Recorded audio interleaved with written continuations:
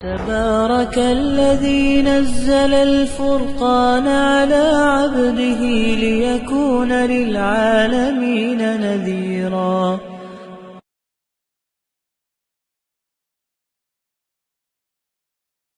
بسم اللہ الرحمن الرحیم. الصلاۃ والسلام علی رسول اللہ صلی اللہ علیہ وآلہ وسلم. معزز سامعین و سامعات، السلام علیکم. جانور کو بھی گالی دینے سے منع کیا گیا ہے. یہ شریعت اسلامیہ کا مزاج ہے. ہم لازم سمجھ لیتے ہیں کہ مخالف کے لیے جو ہمارے دل میں آئے، جو ہماری زبان پہ آئے، ہم کہہ ڈالیں. دشمنی کے بھی آداب ہیں. اسلام نے جنگ کے بھی آداب رکھے، تو اس سے اس کو جو نقصان ہوگا وہ تو ہوگا ہی، مگر اپنے آپ کو آپ برباد کریں گے. اگر کوئی شخص اپنے گھر میں بیٹھ کے کسی دشمن کو گالی دیتا ہے تو اس کے اپنے بیٹے بے حیا ہو جائیں گے.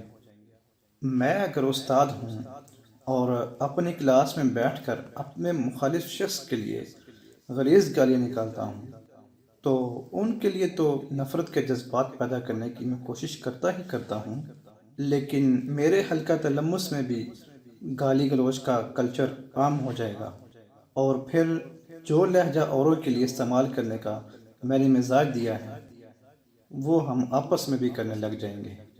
اور اگر آپ کو مہذب اور شائستہ مزاج دینا چاہوں تو آپ ایک مہذب اور شائستہ کلچر کے سانچے میں ڈھل جائیں گے اور ایک صالح معاشرہ ترتیب پائے گا.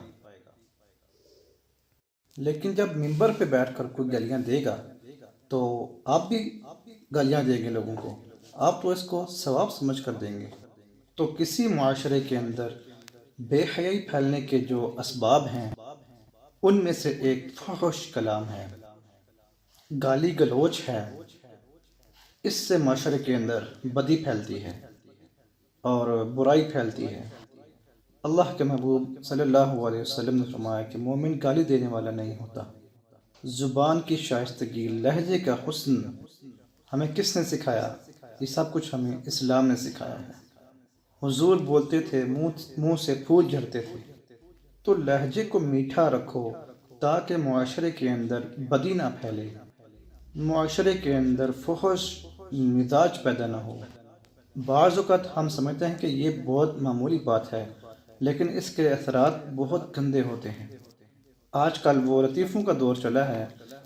جب سے یہ واٹس ایپ اور دوسری چیزیں آئی ہیں تو جو جس کے پاس آتا ہے اس کو آگے بڑھا دیتا ہے، اور گروپ کے اندر بیٹی بھی ہوتی ہے، گروپ کے اندر بیٹے بھی ہوتے ہیں، اور اس گروپ کے اندر اس کے دوست بھی ہوتے ہیں، اور بعض اوقات بزرگ کے دوست اور آپ کے دوست بھی ہوتے ہیں. تو ہر چیز ہر ایک کو بھیجنے والی نہیں ہوتی. تو اس سے کیا ہوتا ہے کہ وہ چیزیں جو میاں بیوی کے مابین گفتگو والی تھیں وہ بھی بیٹی کے سامنے جو ہے وہ گفتگو ہو رہی ہے اس گروپ کے اندر، اور جو چیز بیٹے اور بیٹی سے کرنے والے نہیں ہے وہ چیز بھی دونوں کے سامنے بیان ہو رہی ہے. ماں اور بیٹی کے سامنے جو کرنے والی باتیں تھیں وہ بھی بیٹوں کے سامنے بیان ہو رہی ہیں. تو معاشرہ جو ہے وہ حیا کے جوہر سے خالی ہو گیا ہے. گالی تو دور کی بات ہے، جب لفظ برہنہ ہوتے ہیں تو اس سے معاشرے کے اندر گندگی پھیلتی ہے.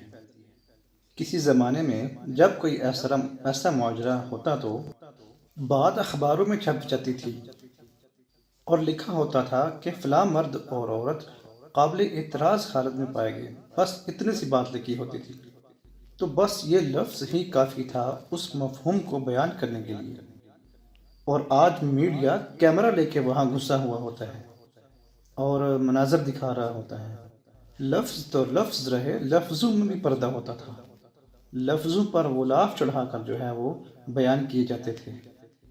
تو اب میڈیا گھسا ہوا ہوتا ہے، ایسے مناظر دکھا رہا ہوتا ہے، اور اس سے کیا ہوتا ہے کہ معاشرہ جو ہے وہ بے حیائی کی طرف بڑھتا ہے. دور حاضر کے اندر قوموں کو، معاشرے کو بے حیا بنانے کا سب سے بڑا کردار میڈیا نے ادا کیا ہے. الیکٹرانک میڈیا سے آگے پھر مزید سوشل میڈیا نے اس کردار کو زیادہ ادا کیا، اور اس کا نتیجہ کیا ہوا کہ وہ حیا کا جوہر جو مومن کی زندگی کا لباس تھا، جو مومن کی زندگی کا نور تھا، آج وہ حیا باقی نہیں رہا، نہ آنکھوں میں حیا رہا، نہ خیالوں میں پاکیزگی رہی، نہ سوچوں میں نور رہا، نہ طرز زندگی میں، نہ لباس میں، نہ وضع میں۔ تو یہ حیا کا نقصان ہو جانا کوئی چھوٹا نقصان نہیں ہے، چونکہ میرے حضور نے ارشاد فرمایا کہ حیا اور ایمان جڑے ہوئے ہیں، جب حیا جاتا ہے تو ایمان بھی جاتا ہے۔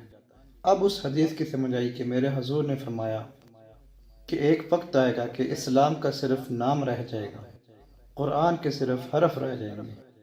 اپنی اولادوں کو، اپنی نسلوں کو اور اپنے آپ کو حیا کے دائرے میں رکھو، یہ بہت بڑی دولت ہے۔